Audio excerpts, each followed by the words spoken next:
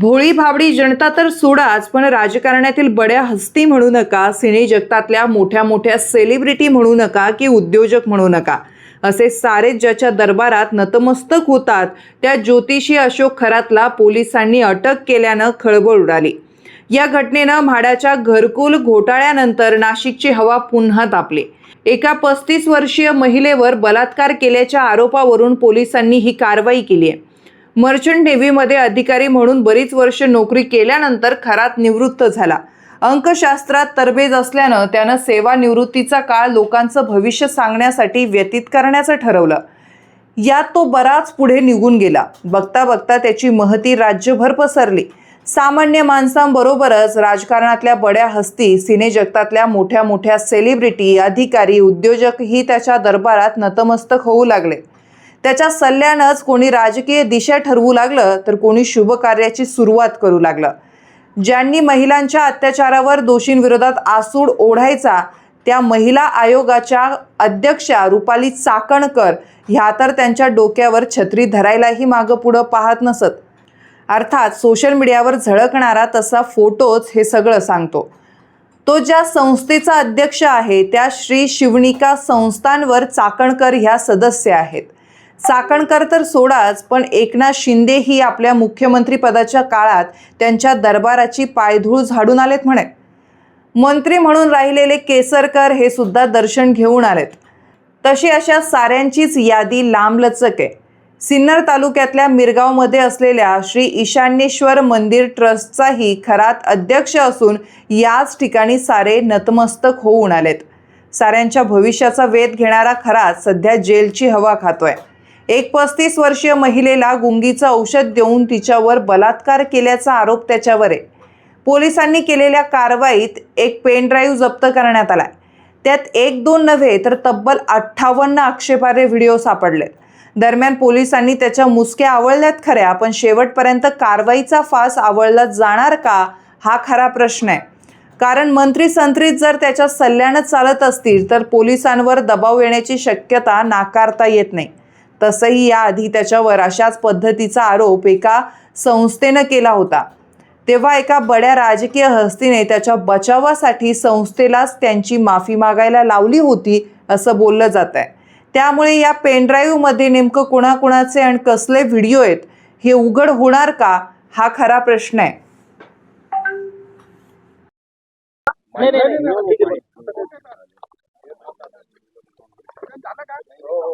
खाली करा, माईक खाली करा। तर कॅप्टन खरात यांना अटक केलेली आहे। काय नेमकी तक्रार होती आणि काय आपण कारवाई केली? पोलीस स्टेशन सरकारवाडा येथे CR नंबर 74/2024 असा गुन्हा दाखल झालेला आहे फिर्यादीच्या तक्रारीवरून। भारतीय न्यायसंहिता कलम 64, 74, 351 आणि जादूटोणा प्रतिबंधक कायदा कलम 3, कलम 1, 2 प्रमाणे हा गुन्हा दाखल करण्यात आलेला आहे। तपास चालू आहे। क्राईम ब्रांच युनिट 1 आणि गुंडा पथक तपास करीत आहे। काय तक्रार होती सर? फिर्यादीच्या तक्रारीवरून FIR दाखल करण्यात आलेली आहे। काय तक्रार होती? काय घडलं? आपण काय गुन्हा दाखल केला? ती महिलेच्या तक्रारीवरून गुन्हा दाखल करण्यात आलेला आहे। महिलेचं नेमकं काय फिर्यादीमध्ये म्हणणं काय होतं? काय काय तक्रार काय होती तेवढं? शारीरिक शोषणाबद्दलची तक्रार। सर कुठले कलम? भारतीय न्यायसंहिता कलम 74, 64 आणि जादूटोणा प्रतिबंधक कायदा कलम 3, 2, 1 प्रमाणे गुन्हा दाखल केला आहे। सर जो आरोपी आहे तो आरोपी नेमका कोण आहे? तो काय करतो? त्याची पार्श्वभूमी काय आहे? ती महिला त्याच्याकडे का जात होती? सध्या तपास चालू आहे। फिर्यादीचं नाव उघड होऊ नये म्हणून जास्त डिटेल देता येणार नाही।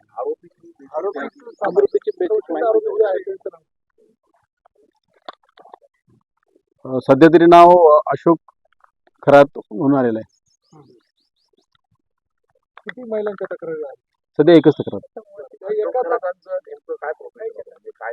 काय अजून काहीच निष्पन्न जस्ट गुन्हा दाखल झालेला आहे, अजून तपास चालू केलेला आहे। ते ज्योतिषी होते, भविष्य सांगतात, अंकशास्त्राचा अभ्यास आहे अशी माहिती मिळते आहे। महिलांचं शोषण करत होते अशी चर्चा आहे। नेमकं आपल्याकडे काय तक्रार आलेली होती आणि आपण काय पुढे तपास करतो? महिलेने जी तक्रार दिली त्याच्याप्रमाणे गुन्हा दाखल करण्यात आलेला आहे आणि अजून त्याच्या प्रोफेशन बद्दल अजून तपासात काही निष्पन्न झालेलं नाही। आज नेमका पहिलाच दिवस आहे, तपास सुरू आहे. तर काही व्हिडिओ देखील आहेत. मोठ्या प्रमाणात व्हिडिओ आपण जप्त केलेले आहेत, सीसीटीव्ही म्हणा किंवा इतर. त्याबद्दल काय माहिती? नाही, सध्या तपास सुरू आहे. अजून भौतिक कोणताही पुरावा आपण जप्त केलेला नाही. आरोपी एकच आहे की आणखी आरोपी? सध्या तरी आरोपी एकच आहे. महिलेने तुमच्याकडे जी फिर्याद सांगितली त्या फिर्याद सांगत असताना तिने काय अलिगेशन केलेले आहे? महिलेने जी फिर्याद दिलेली आहे ती मी आपल्याला आत्ताच सांगितलं की तिने शारीरिक शोषणाबद्दल तक्रार दिलेली आहे आणि तिच्या प्रायव्हसीच्या कायद्याप्रमाणे जास्त ओपनली बोलता येणार नाही. तर आणि पण जाणून घेण्याचा पण कलम आपण लावला. हो. ते काय म्हणजे ते तिथे अट्रॅक्ट होतं ना, म्हणून लावलेलं आहे. तर फिर्याद ही कधी दाखल झाली? कारण 2022 हा, काल दाखल झाली ना रात्री. नाही, हे हे प्रकरण प्रकरण कधी होतं? प्रकरण कधी 2022 होतं? तर कधीपर्यंत तिचं 24 पर्यंत आहे असं फिर्यादीत सध्या तरी दिलेलं आहे. आणि जे अत्याचार झाल्याचं फिर्यादीचं म्हणणं आहे ते नेमकं कुठे, म्हणजे एकाच ठिकाणी झाले एका वेगवेगळ्या ठिकाणी बोललं, तर नेमकं काय झालं? प्राथमिकता तरी एकाच ठिकाणी झालं तर दिसते. तपास अजून सुरू आहे. सर, आरोपीला अटक करताना जेव्हा पोलीस गेले तेव्हा त्यांनी काही गोंधळ वगैरे घातला? नाही, काही राजकीय लोकांच्या नावाने अजून काही निष्पन्न झालं नाही. तर झाले. माडा प्रकरणी गुन्हा दाखल झालेला आहे. एक आरोपी अटकेत आहे आणि आणखी काही आरोपी जे आहेत ते फरार असल्याचं कळतंय. तपास नेमका कशा पद्धतीने सुरू आहे? कालच तपास क्राईम ब्रांच युनिट 1 कडे आलेला आहे. एक आरोपी अटकेत असून पोलीस कस्टडीमध्ये आहे. अजून सखोल तपास सुरू आहे. आरोपी कोण आहे, त्याचा नेमका काय रोल होता या सगळ्या प्रकरणामध्ये? सोनू मनवानी म्हणून आरोपीचं नाव आहे आणि तो पोलीस कस्टडीमध्ये आहे. त्याचा काय रोल आहे याच्यासाठीच आपण पीसी घेतलेला आहे आणि पोलीस तपासात तर असं 2-3 काम दिवस सुरू झाले. नेमकं काय निष्पन्न झालं त्याला?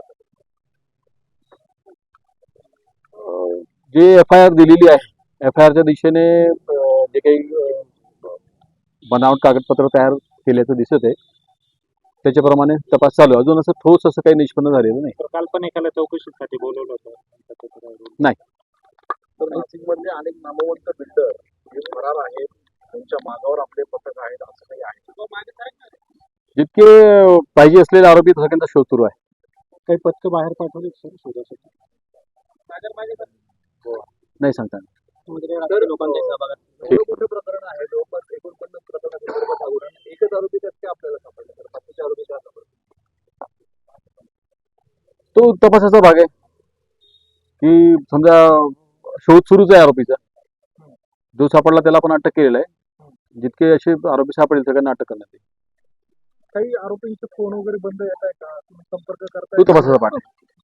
चल, थँक्यू.